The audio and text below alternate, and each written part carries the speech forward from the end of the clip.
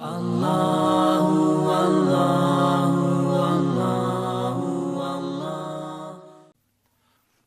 محمد کی آیت نمبر 20، سورہ محمد صلی اللہ علیہ وآلہ وسلم کا تیسرا رکوع اور 26ویں پارے کا 7واں رکوع۔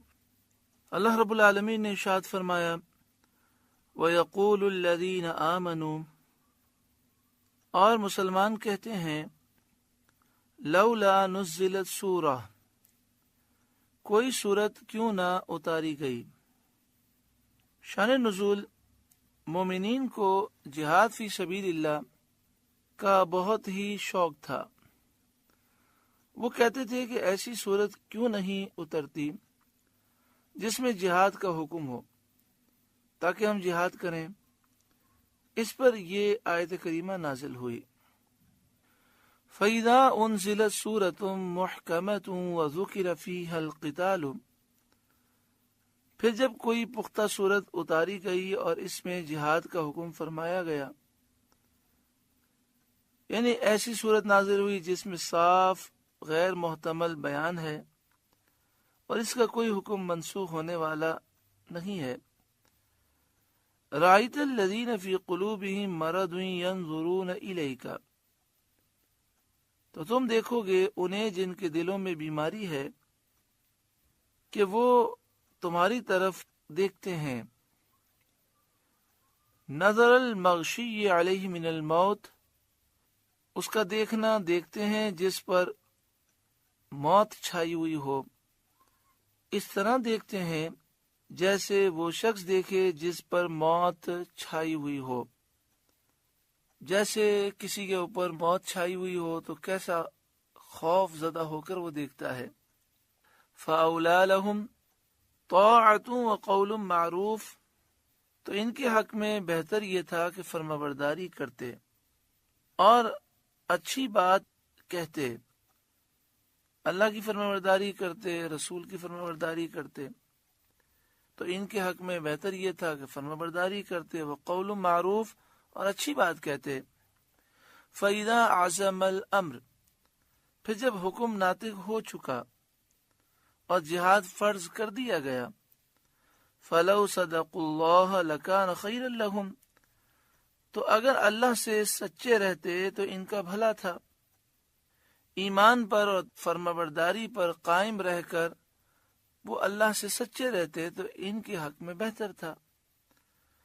فَهَلْ عَصَيْتُمْ إِن تَوَلَّيْتُمْ أَن تُفْسِدُوا فِي الْأَرْضِ، تو کیا تمہارے یہ انداز نظر آتے ہیں کہ اگر تمہیں حکومت ملے تو زمین میں فساد پھیلاؤ، رشوتیں لو، ظلم کرو، آپس میں لڑو، ایک دوسرے کو قتل کرو، وَتُقَطِّعُوا أَرْحَامَكُمْ، اور اپنے رشتے کاٹ دو۔ یعنی تمہاری حالت ایسی ہے کہ اگر تمہیں اختیار مل جائے تو تم فساد پھیلا دو۔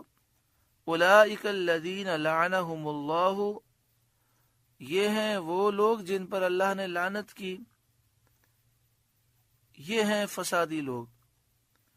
فَأَصَمَّهُمْ، اور انہیں حق سے بہرا کر دیا، وَأَعْمَىٰ أَبْصَارَهُمْ، اور ان کی آنکھیں پھوڑ دیں کہ حق کا راستہ وہ نہیں دیکھتے۔ أَفَلَا يَتَدَبَّرُونَ الْقُرْآنَ أَمْ عَلَىٰ قُلُوبٍ أَقْفَالُهَا، تو کیا وہ قرآن کو سوچتے نہیں یا بعض دلوں پر ان کے قفل لگے ہیں؟ کیا یہ قرآن پاک کے بارے میں غور و فکر نہیں کرتے کہ حق کو پہچانے؟ یا ان کے دلوں پر تالے لگے ہوئے ہیں کفر کے کہ حق کی بات ان میں پہنچنے ہی نہیں پاتی؟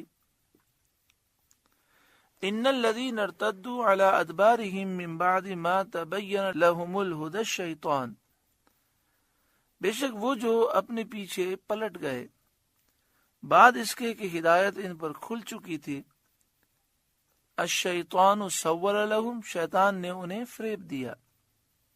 بے شک وہ لوگ جو اپنے پیچھے پلٹ گئے، یعنی نفاق کی وجہ سے پیچھے چلے گئے بعد اس کے کہ ہدایت ان پر واضح ہو چکی تھی اور طریق ہدایت واضح ہو چکا تھا، حضرت قتادہ نے کہا کہ یہ کفار اہل کتاب کا حال ہے جنہوں نے سید عالم صلی اللہ علیہ وسلم کو پہچانا اور آپ کی نعت و صفت اپنی کتاب میں دیکھی، پھر باوجود جاننے پہچاننے کے کفر اختیار کیا۔ حضرت عبداللہ بن عباس رضی اللہ تعالی عنہما اور حضرت ضحاک کا قول ہے کہ اس سے منافق مراد ہیں جو ایمان لا کر کفر کی طرف پھر گئے۔ وَأَمْلَا لَهُمْ، اور شیطان نے انہیں دنیا میں مدتوں رہنے کی امید دلائی۔ شیطان نے پہلے تو فریب کیا اور برائیوں کو ان کی نظر میں ایسا مزین کیا کہ انہیں اچھا سمجھے وہ، اور شیطان نے انہیں دنیا میں لمبے عرصے رہنے کی امید دلائی کہ ابھی بہت عمر پڑی ہے، خوب دنیا کے مزے اٹھا لو، اور ان پر شیطان کا فریب چل گیا۔ ذالک بأنہم قالوا للذین کرہوا ما نزل اللہ، یہ اس لیے کہ انہوں نے کہا ان لوگوں سے جنہیں اللہ کا اتارا ہوا ناگوار ہے، یعنی اہل کتاب نے اور منافقین نے پوشیدہ طور پر مشرکین سے کہا جو قرآن مجید، فرقان حمید اور دین کے احکام کو پسند نہیں کرتے، ان سے انہوں نے پوشیدہ طور پر کہا سنطیعکم فی بعض الامر، ایک کام میں ہم تمہاری مانیں گے، یعنی نبی اکرم صلی اللہ علیہ وسلم کی دشمنی اور آپ صلی اللہ علیہ وآلہ وسلم کے خلاف ان کے دشمنوں کی امداد کرنے میں اور لوگوں کو جہاد سے روکنے میں ہم تمہاری بات مانیں گے۔ منافقین نے، یہودیوں نے خفیہ میٹنگیں کی اور پیغام پہنچایا کہ ہمارے اختلافات اپنی جگہ ہیں، لیکن تمہارے اور ہمارے درمیان جو چیز مشترک ہے وہ یہ ہے کہ ہم نبی اکرم صلی اللہ علیہ وسلم سے دشمنی رکھتے ہیں، اور جو حضور کے دشمن ہیں ان کی ہم مدد کرتے ہیں اور لوگوں کو جہاد سے روکتے ہیں، تو ان امور میں ہم تمہارا ساتھ دیں گے۔ واللہ یعلم اسرارہم، اور اللہ ان کی چھپی ہوئی باتیں جانتا ہے۔ فکیف اذا توفتہم الملائکۃ، تو کیسا ہوگا جب فرشتے ان کی روح قبض کریں گے۔ یضربون وجوہہم وادبارہم، ان کے منہ اور ان کی پیٹھیں مارتے ہوئے